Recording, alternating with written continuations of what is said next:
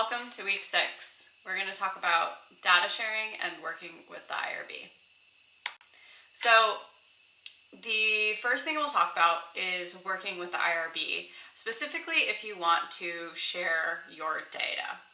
And there are a few things to think about that you would want to include in both your IRB protocol and your consent forms for studies, particularly if you're working with human subjects. But even if you're working with secondary data, there may be ways that you want to incorporate your data sharing, including the results that you are going to obtain from that secondary data analysis, any variables that you're going to derive during that secondary data analysis, and how you're going to share those based on both the previous study and then the analysis that you are developing. But let's talk about this as if you are first obtaining new data from a study that is just getting up and going.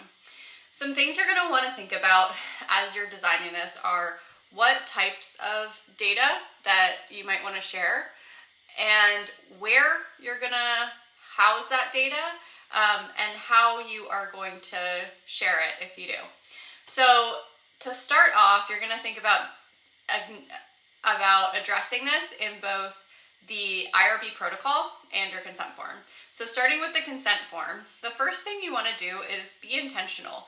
So some template consent form language from 10, 15 years ago might have said, we are going to house all the data in a private locked drawer or a encrypted file, and it will be held privately. If you are saying that, it's going to be really hard to share that in ways that are consistent with our open science goals. So things that you might want to clarify there are that, for instance, original records will be housed in secure spaces, or identifiable data will be encrypted and kept within the research team in locked spaces. The de-identified data, however, is something that we do want to share openly. And saying that throughout the consent form and explaining that throughout the consent form is going to be important both for your research subjects that you're recruiting to understand what's happening with the de-identified data and what identified versus de-identified means.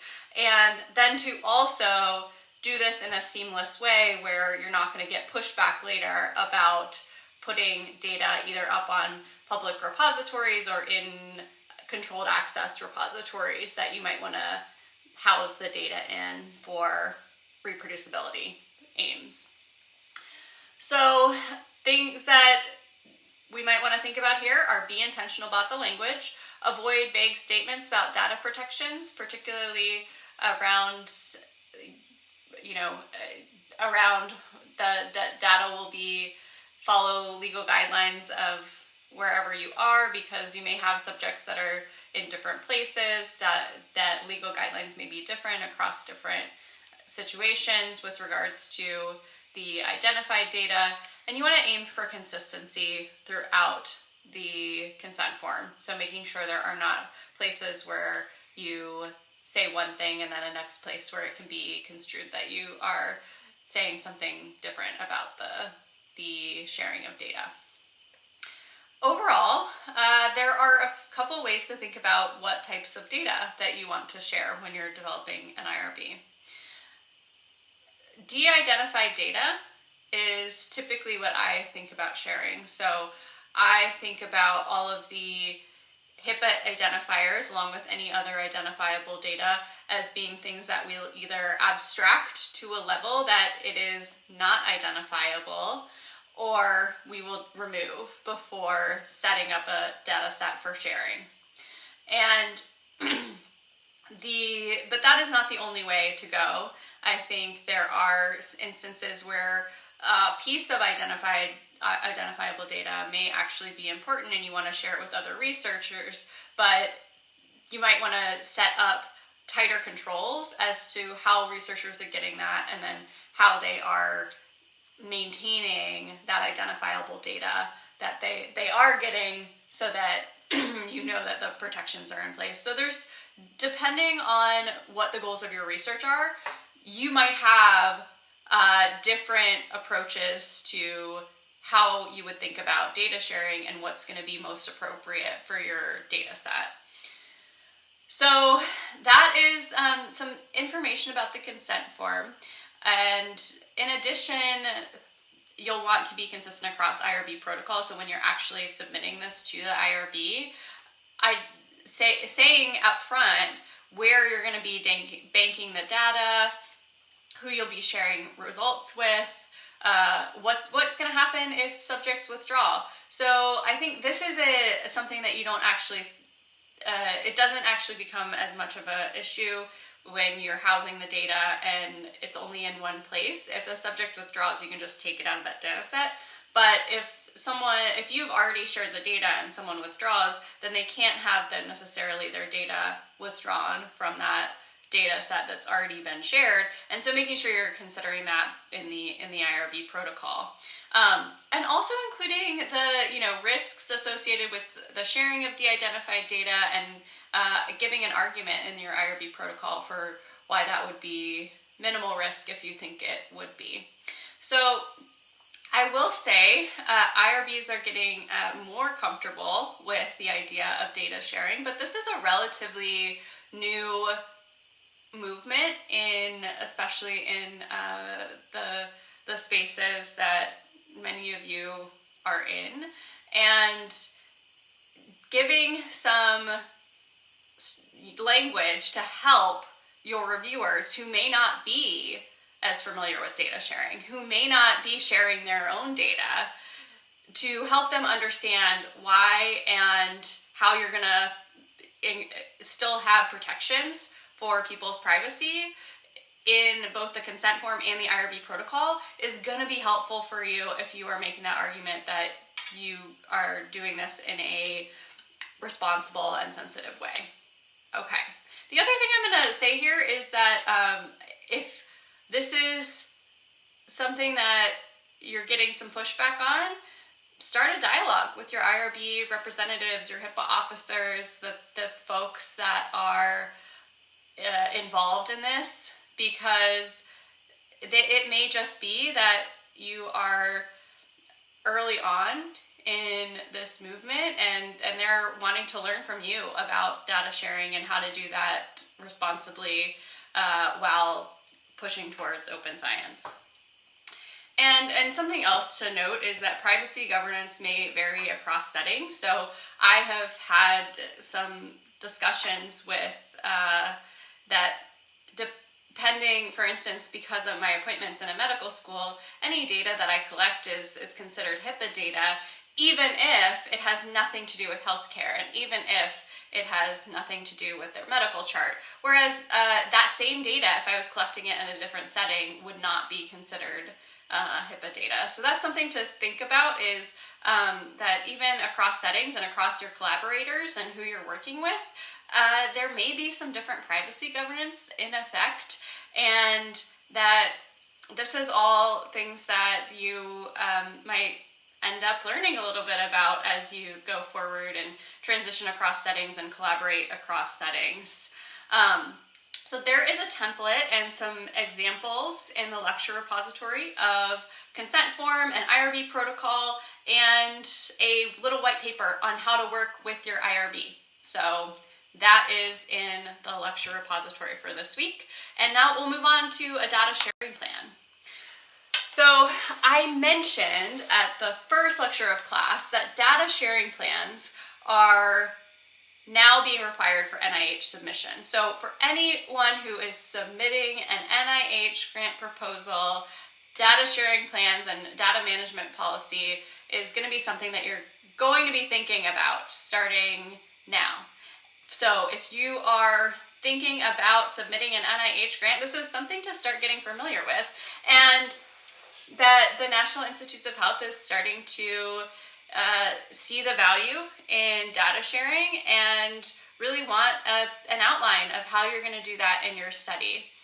So the elements of a data sharing plan include the data type, any tools, software, code that you're using, how you're scoring your measures, the standards that you're using, how you are going to preserve your data, so whether that's in a controlled access repository, whether that is going to be in a more open access repository, who's going to have access, how it's going to stay there, what happens if maybe the server goes down, and then the timeline that you have as far as releasing that data and giving it to the public and to other researchers.